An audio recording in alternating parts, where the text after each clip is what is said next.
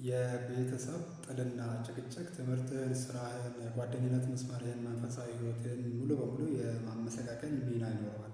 ከእንደዚህ አይነት አዙሪት ለመውጣት ፍላጎት ካለ ትክክለኛ ቪዲዮ ላይ ነው ክሊክ አድርገህ የከፈትከው።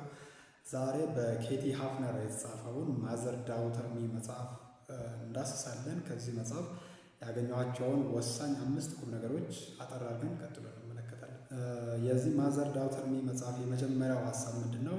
መጽሐፉ ፋሚሊ ዳይናሚክስ መረዳት እንዳለብን አጥብቆ ይመክረናል። ፋሚሊ ዳይናሚክስ ማለት እናት አባቴ በትክክል ዲል ያላደረጉት ያልተፈታ ቁርሾ ወይም የመንፈስ ስብራት ቁስል ካለባቸው ወይም በሳይኮሎጂ ይህንን ትሮማ እንለዋለን።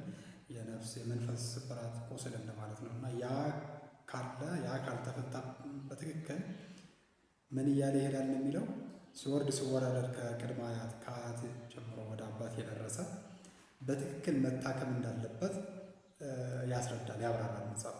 ያ መታከም ያለበት የመንፈስ ስብራት የነፍስ ቁስል ወይም ትሮማ እዛው አንተ ባለህበት ኤድመንትን ተገድቦ ካላለቀ ምን እያለ ይሄዳል? እየቀጠለ ይሄዳል። ወደ ልጆችም ወደ ልጅ ልጆችም ይቀጥላል። ስለዚህ የመጀመሪያው ፋሚሊ ዳይናሚክስ በመረዳት እናት አባት አያት ያለፉበትን መንገድ በደንብ በማወቅ ያ ሲወርድ ሲዋረድ ነው የሚባለው። እስቲ ጻፉ ኮመንት ስር ሲወርድ ሲዋረድ ነው ነው የሚባለው። ኮመንት ስር እስቲ ጻፉ ትክክለኛ የትኛው እንደው። ኤኒዌይ ሲወርድ ሲዋረድ የመጣውን ያንን ጄኔሬሽናል ትራውማ በማወቅ በመገንዘብ ያ መታከም እንዳለበት ይሄ መጽሐፍ በመጀመሪያነት አጥብቆ ያነሳል። ሁለተኛው የዚህ መጽሐፍ ትልቁ ፍሬ ነገር ምንድን ነው? ግልጽ ንግግር። እንግዲህ ከላይ ያነሳነውን ፋሚሊ ዳይናሚክስ ለመረዳት መደማመጥ ይኖርብናል። አባት ሲያወራ ልጅ ሊያደምጥ ይገባል። እናት ስታወራ ልጅ ልታደምጥ ይገባል። ይሄ መደማመጡ ከሌለ ፋሚሊ ዳይናሚክሱን የመረዳት እድልም አይኖርም። እኔ አሁን ብዙ ጊዜ ወላጆች ሲያወሩ ልጆች የሚያደምጡላ አይመስለኝም።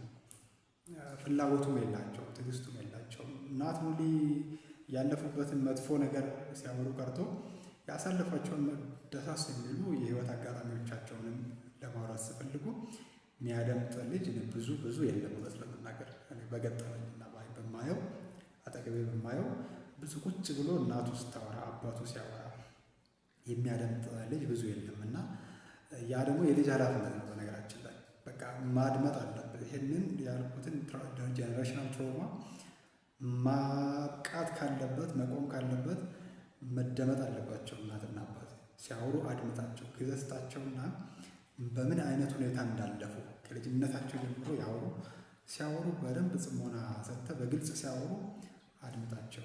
ይሄ ፋሚሊ ዳይናሚክስንም ለመረዳት በእጅጉ ይረዳሃል ይላል ይሄ ማዘር ዳውተር። ሶስተኛ የዚህ መጽሐፍ ፍሬ ነገር መጽሐፉ እንግዲህ የኢሞሽናል ፔን ሳይክል ስለሚባለው ኮንሰፕት ነው የሚያብራራው። የኢሞሽናል ፔን ሳይክል ማስቀረት እንደሚገባ ነው የሚያብራራው። እንግዲህ ከላይ አድምጠሃል፣ በግልጽ ተነጋግራቸዋል። እናትህን አባትህን በጽሞና አድምጠሃል። ማድመጥ ብቻ ሳይሆን ፋሚሊ ዳይናሚክሱንም ከቅድመ አያታቸው ከአያታቸው ጀምሮ የነበረውን ነገር የመንፈስ ስብራት አንደርስታንድ አድርገሃል። አሁን እናትና አባት ላይ እነሱ ካወሩት ነገር እነሱ ደረሰብኝ ብለው ከነገሩሽ ነገር ወይም ከነገሩ ነገር ተነስተ ያወቅከው ነገር አለ። ያ ኢሞሽናል ፔን ሳይክሉ ወይም የመንፈስ ስብራቱ የመንፈስ የነፍስ ቆስላቸው አንተ ጋር ነው ማብቃት ያለበት። አንተ እንደ ግንብ መሀል ላይ ተኝተህ ያንን ነገር እዛው ዲል አድርገህ ጨርሰህ ወደ ልጆች እንዳይተላለፍ ማድረግ አለብኝ ነው መጽሐፉ የሚለው።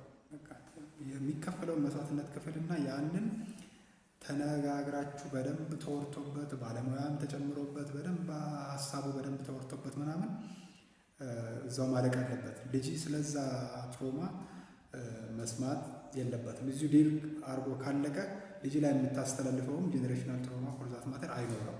ስለዚህ የኢሞሽናል ፔን ሳይክል ማስቀረት የዚህ መጽሐፍ ሶስተኛው ሀሳብ። አራተኛው ከዚህ ጋር ተያይዞ ያለው ምንድን ነው?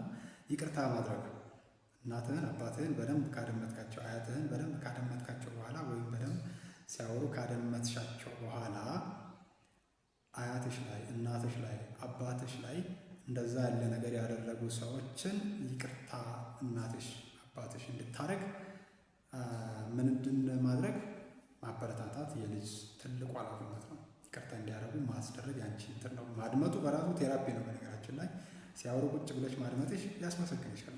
ቴራፒ ስለሆነ በራሱ እና ያ ብቻ ሳይሆን ግን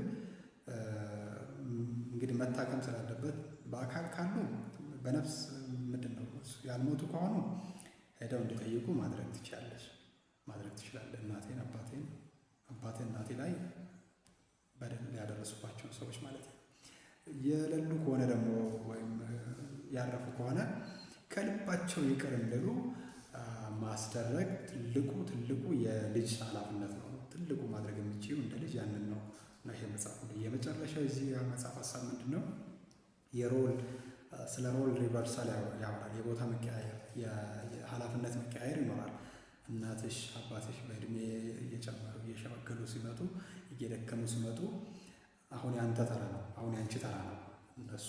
እነሱን ላይታቸው አንቺን አሳድገዋል፣ አንተን አሳድገዋል እስከዚህ ዕድሜ ድረስ። አሁን ያንተ ጊዜ ነው። እነሱን ምንድን ማድረግ ቴኬር ማድረግ፣ የመንከባከብ እያንዳንዷን እንትን ተከትለ የመንከባከብ ጊዜህን፣ ጉልበትህን፣ ገንዘብህን አውጥታ አፍሰህባቸው እነሱም ያንን ስላደረጉ ድሮ ባላቸው ያንን አፍሰህ አንተም ኢትስ ዩር ተርን እነሱን ቴኬር የማድረጉ ያንተ ተራ ነው፣ ያንተ ፋንታ ነው። እንደዛ ካላረግ የጸጸት እሳት ይለበልብሃል ይላል የማዘር ዳውተር መጽሐፍ። እንደዛ ካላረግ የጸጸት እሳት ይለበልብሃል። የጸጸት እሳት መለብለብ ብቻ ሳይሆን ቅድም ያለውን የመንፈስ ስብራት፣ የነፍስ ቁስል፣ ትሮማ ያለውን ያ ጄኔሬሽናል ትሮማ ወደ ልጆች የመተላለፍ እድሉ ሰፊ ነው። እንደዛ አንተ አድርገህ ፕሮፐርሊ ዲል አድርገህ ነገሩን ካልዘጋህ ይላል እና እነዚህ ወሳኝ ነገሮችን ከዚህ መጽሐፍ አግኝቻለሁ። አንዳች ቁም ነገር አግኝቻለሁ ብላችሁ ካሰባችሁ ከዚህ መጽሐፍ ማዘር ዳውተር ማለት ነው ቪዲዮን ላይክ ብታደርጉ ትልቅ ውለታችሁ እንዳለብኝ አስባለሁ። ሀሳብ ጥያቄ ካለ ኮመንት እንድዳስስላችሁ የምትፈልጉትን መጽሐፍ ካለ የታች ኮመንት ስር ጻፉልኝ። ቻው፣ ደህና ቆዩ።